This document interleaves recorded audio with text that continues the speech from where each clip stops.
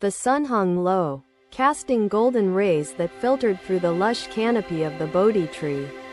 The grove carried an air of serenity, interrupted only by the murmuring of a nearby stream. I approached the enlightened one with hesitant steps, my mind burdened by questions that refused to quiet. Buddha sat in stillness, his form poised yet humble, radiating an aura of profound tranquility. His eyes met mine, and in that gaze, I felt as though my very soul was laid bare. Without prompting, he gestured for me to sit. "Speak," Buddha said, his voice calm and inviting, like a gentle stream carving its path through the earth. My heart pounded as I sought the courage to voice what troubled me. "Master," I began, faltering slightly, "I am overwhelmed by desires that grip my soul and cloud my thoughts. How can I break free?" Buddha closed his eyes briefly, as if gathering the wisdom of the ages, before turning to me again. "Desire," he said, "is like a fire that starts with a single spark and grows to consume the forest." The gravity of his words settled in the air like the weight of an impending storm. Reconciliation begins when hearts meet willingly, for time waits for no one, and love cannot bloom without care and intention. The father lowered his head, his thoughts stirring, as guilt began to unravel the pride that had anchored him in silence. "No, Master, it simply exists as it is." "Precisely," Buddha replied. "The pebble fulfills its purpose without striving to be more. So should we find peace in being?" The disciples seated nearby leaned in, captivated by his words that seemed to illuminate the very air around us. Yet, doubts still lingered in the recesses of my mind. "Master," I pressed on, "how do we distinguish between desires that harm and those that guide us toward good?" Buddha extended his hand toward a nearby vine intertwined with thorns. "Touch this vine," he instructed, "but be cautious not to prick yourself on its thorns." Another disciple, Menat, cautiously interjected, her voice a gentle tremor.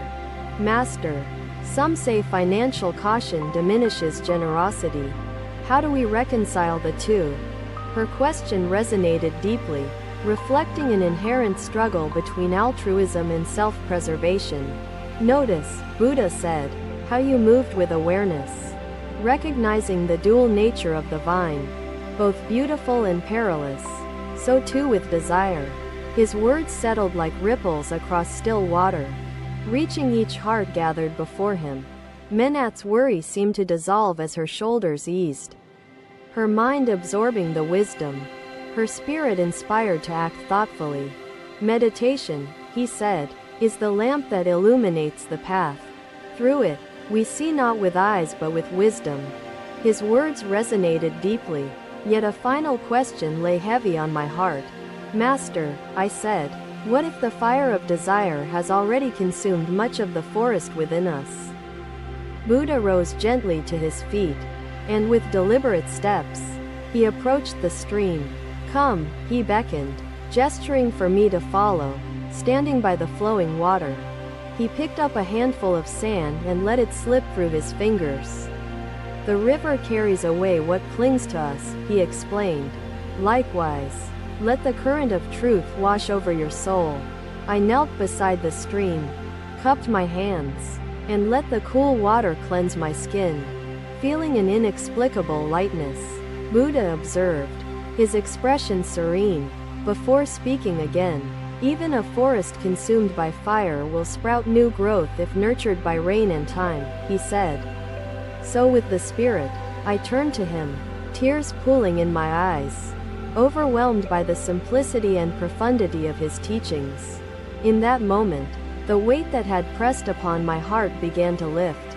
Buddha placed a hand on my shoulder briefly, a rare gesture of connection, before retreating once more beneath the Bodhi tree. His disciples gathered around him, their faces alight with understanding and reverence. As I departed the grove, his words echoed in my mind like the gentle ripple of the stream. "Desire is neither enemy nor ally. It is the teacher that reveals the self." That day, I carried with me not only his teachings but also a newfound peace. A guidepost for the journey ahead. Another day.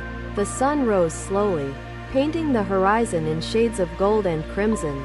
The village was awakening, bustling with the sounds of morning routines.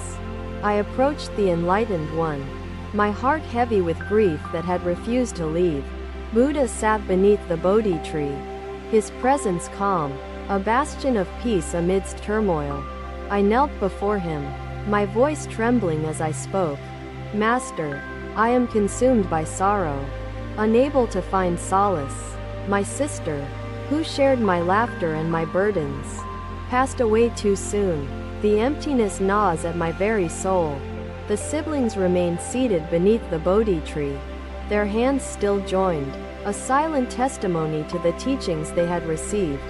Each disciple carried Buddha's wisdom within them like seeds scattered by the wind, ready to bloom in the gardens of their lives.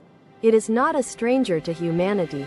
I looked up at him, tears welling in my eyes. But Master, this grief feels like a storm, relentless and unforgiving. How do I survive its fury?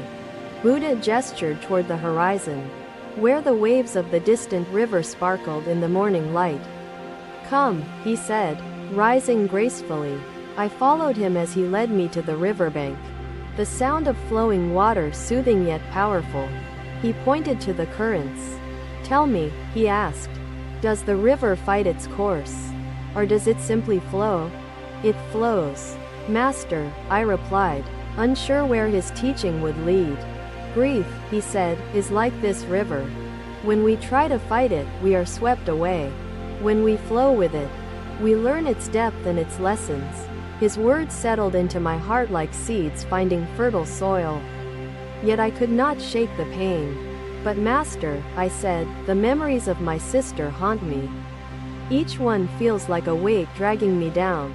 Buddha stooped down and picked up a handful of sand. He let it stream through his fingers, returning to the earth below. The weight you feel, he said, is the sand you carry in your heart. Open your hand, let it fall. But how do I let go? I asked, desperation tinging my voice. By sharing your burden, Buddha replied. You diminish its power over you. Speak of her, honor her life, and see how her essence lives in others' hearts. I sat quietly by the river, pondering his words. The sounds of the flowing water mingled with the soft rustle of leaves, creating a symphony of natural wisdom. His teaching on balance and mindful giving would illuminate countless paths, a legacy as enduring as the roots of the banyan tree. Another day. Another gathering of the disciples formed beneath the sprawling canopy of a sacred tree, its leaves whispering ancient wisdom. It is not to be banished but to be understood. A woman from the village approached us, her eyes filled with sorrow. Master, she began, I too am burdened by loss. My husband was a good man, taken from me far too soon. Buddha listened intently, his expression compassionate.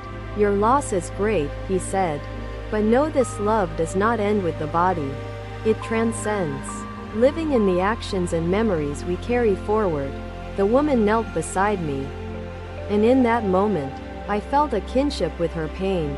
The Buddha continued, consider the golden bodhisattva, whose arms extend in endless giving, yet whose roots anchor deeply in compassion and wisdom. Dhananjaya listened intently, his turmoil momentarily stilled by the profound imagery, his mind seeking the truth embedded in the parable. When we see grief as a shared experience, we understand the interconnectedness of life. Compassion arises, and through it, healing begins. His words were simple, yet they resonated with the profound weight of truth. The woman and I exchanged a glance, finding a flicker of comfort in our shared understanding. As the sun climbed higher, casting its golden light upon the world, Buddha spoke once more. Grief, like all things, is impermanent. It is a season in the cycle of life, teaching us the value of every moment. The woman bowed, her eyes glistening with newfound clarity. I watched as she returned to the village. Her steps lighter than before. I turned to Buddha, my heart still heavy but no longer paralyzed by sorrow. Master, I said, your teachings have illuminated my path. Yet I wonder, can grief ever truly leave us? Buddha smiled gently, his eyes twinkling with wisdom. Grief is not something to be eradicated but something to be transformed. In its transformation, it becomes a source of strength and compassion. I bowed deeply, feeling a wave of gratitude that words could not express. The burden of my grief began to feel lighter, as though the river itself had carried it away. His teachings flowed like a river, their essence weaving through time, touching lives far beyond that sacred grove. The disciples exchanged murmurs of agreement, their connection to the Buddha's guidance deepened by the clarity of his message. The grove shimmered with morning dew, the light playing upon the ground like tiny jewels. I approached Buddha, my heart laden with an intangible fear that I could not articulate. Buddha sat in quiet meditation, his form bathed in the soft golden glow of the rising sun. His eyes opened as I drew near, and he welcomed me with a serene smile. You carry something heavy, my child, he said, his voice tender yet penetrating. Master, I began hesitantly. I am consumed by fear. The uncertainty of tomorrow weighs upon me, and I feel paralyzed by it. Buddha listened with the patience of the earth itself, his gaze steady and compassionate.